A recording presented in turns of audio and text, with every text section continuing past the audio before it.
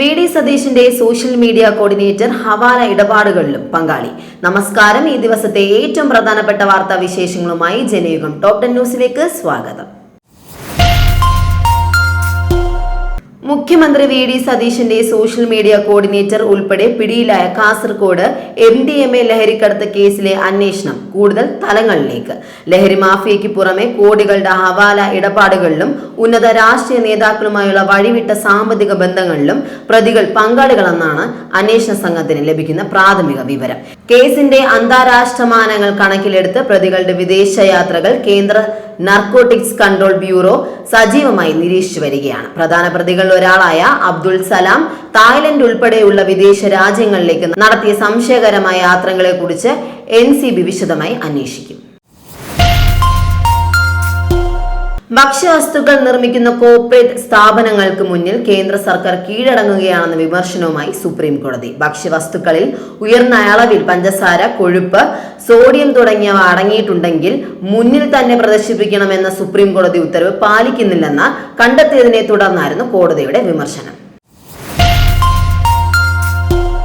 VD സർക്കാരിനെതിരായ പരാമർശത്തിന്റെ പേരിൽ ലോക്സഭാ പ്രതിപക്ഷ നേതാവ് രാഹുൽ ഗാന്ധിക്കെതിരെ വിചാരണ കോടതിയിലുണ്ടായിരുന്ന ക്രിമിനൽ അപകീർത്തി കേസും സമൻസും സുപ്രീം കോടതി റദ്ദാക്കി. കേസ് ഫയൽ ചെയ്യുന്നതിന് ആവശ്യമായ നിയമപരമായ അനുമതി ലഭിച്ചില്ലെന്ന് ചൂണ്ടിക്കാട്ടിയാണ് ബെഞ്ചിന്റെ നിർണായക ഉത്തരവ്.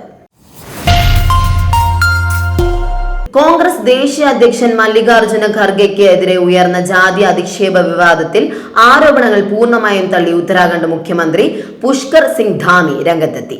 വിവാദത്തിന് പിന്നിൽ പ്രവർത്തിച്ച ശ്രീരാം സേന എന്ന സംഘടനയ്ക്ക് BJPയുമായി യാതൊരു ബന്ധവുമില്ലെന്ന് മുഖ്യമന്ത്രി ധാമി വ്യക്തമാക്കി. രാഷ്ട്രീയ നേട്ടത്തിനായി ഖാർഗെ വാദം ഉന്നയിക്കുകയാണെന്നും അദ്ദേഹം കുറ്റപ്പെടുത്തി. കാട്ടുപന്നികൾ മനുഷ്യജീവന് ഭീഷണിയായി തുടരുകയാണെങ്കിൽ അവയെ വെടിവെച്ച് കൊലപ്പെടുത്താൻ ഉത്തരവിറക്കി വനം വകുപ്പ്. ശല്യക്കാരായ കാട്ടുപന്നിയെ പിടികൂടാൻ തദ്ദേശ സ്വയംഭരണ സ്ഥാപനത്തിന് കീഴിലെ അംഗീകൃത ഷൂട്ടർമാർക്ക് നൽകുന്ന അനുമതി വിപുലീകരിച്ചുകൊണ്ടാണ് ഉത്തരവ് പുറത്തിറക്കിയിരിക്കുന്നത്. സ്വാതന്ത്ര്യ ദിനാഘോഷ ചടങ്ങുകളിൽ തമിഴ്നാട് സംസ്ഥാന ഗാനമായ തമിഴ് തായ് വാഴ്ത്തിന് മുൻപായി ദേശീയ ഗീതമായ വന്ദേ മാതരം ആലപിക്കണമെന്ന് മദ്രാസ് ഹൈക്കോടതിയുടെ സുപ്രധാന ഉത്തരവ്. ഇത് സംബന്ധിച്ച് ഹൈക്കോടതി രജിസ്ട്രാർ ജനറൽ തമിഴ്നാട്ടിലെയും പുതുച്ചേരിയിലെയും എല്ലാ കീഴ്ക്കോടതികൾക്കും അനുബന്ധ ട്രിബ്യൂണലുകൾക്കും ഔദ്യോഗിക സർക്കുലർ കൈമാറി. ഉത്തരാഖണ്ഡിലെ ചമോലി ജില്ലയിലുള്ള വിഷ്ണുഗഡ് പീപ്പാൽകോട്ടി ജലവൈദ്യുതി പദ്ധതിയുടെ നിർമ്മാണത്തിലിരിക്കുന്ന തുരങ്കത്തിൽ വെള്ളവും ചെളിയും ഇരച്ചുകയറി 7 തൊഴിലാളികൾ മരിച്ചു. മയാപൂരിലുണ്ടായ മണ്ണിടിച്ചിലിനെ തുടർന്ന് ചെളിയും വെള്ളവും തുരങ്കത്തിനുള്ളിലേക്ക് കുത്തിയൊലിച്ചു കയറിയാണ് അപകടമുണ്ടായത്. സംഭവ സമയത്ത് 22 തൊഴിലാളികളാണ് തുരങ്കത്തിനുള്ളിൽ ഉണ്ടായിരുന്നത്. 2027 ജനസംഖ്യാ കണക്കെടുപ്പിന്റെ ഭാഗമായി പൊതുജനങ്ങളോട് ചോദിക്കേണ്ട 40 ചോദ്യങ്ങൾ ഉൾപ്പെടുത്തിയ അറിയിപ്പ് പുറത്തിറക്കി കേന്ദ്ര സർക്കാർ. ഓഗസ്റ്റ് 14 വെള്ളിയാഴ്ചയാണ് ഇത് സംബന്ധിച്ച വിജ്ഞാപനം വന്നത്. 2011 സെൻസസിൽ 29 ചോദ്യങ്ങളാണ് ഉണ്ടായിരുന്നതെങ്കിൽ ഇത്തവണ അത് 40 ഉയർത്തിയിട്ടുണ്ട്. രാജ്യം 80ാമത് സ്വാതന്ത്ര്യദിനം ആഘോഷിക്കാനിരിക്കെ കേന്ദ്ര ആഭ്യന്തര മന്ത്രാലയം രാഷ്ട്രപതിയുടെ പോലീസ്, ഫയർ, ജയിൽ സർവീസ് മെഡലുകൾ പ്രഖ്യാപിച്ചു. രാജ്യത്തുടനീളമുള്ള വിവിധ സേനകളിൽ നിന്നായി 1057 ഉദ്യോഗസ്ഥർക്കാണ് ഇത്തവണ പുരസ്കാരത്തിന് അർഹരായത്. ഇതിൽ ധീരതയ്ക്കുള്ള മെഡലുകൾ, വിശിഷ്ട സേവനത്തിനുള്ള മെഡലുകൾ, സ്തുത്യർഹ സേവനത്തിനുള്ള മെഡലുകൾ എന്നിവ ഉൾപ്പെടുന്നു. Kerala police, fire force, jail service വിഭാഗങ്ങളിൽ നിന്നായി 11 ഉദ്യോഗസ്ഥർ ഇത്തവണ പട്ടികയിൽ ഇടം പിടിച്ചു.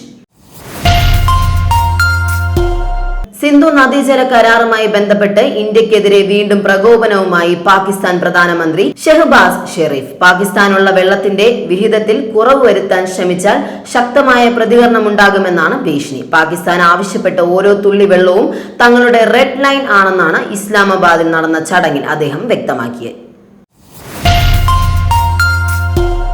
ജനയുഗം ടോപ് 10 ന്യൂസിലൂടെ വീണ്ടും കാണാം. കൂടുതൽ വാർത്തകൾക്കും വിശേഷങ്ങൾക്കുമായി Janayugom website, YouTube channel, WhatsApp എന്നിവ സന്ദർശിക്കുക.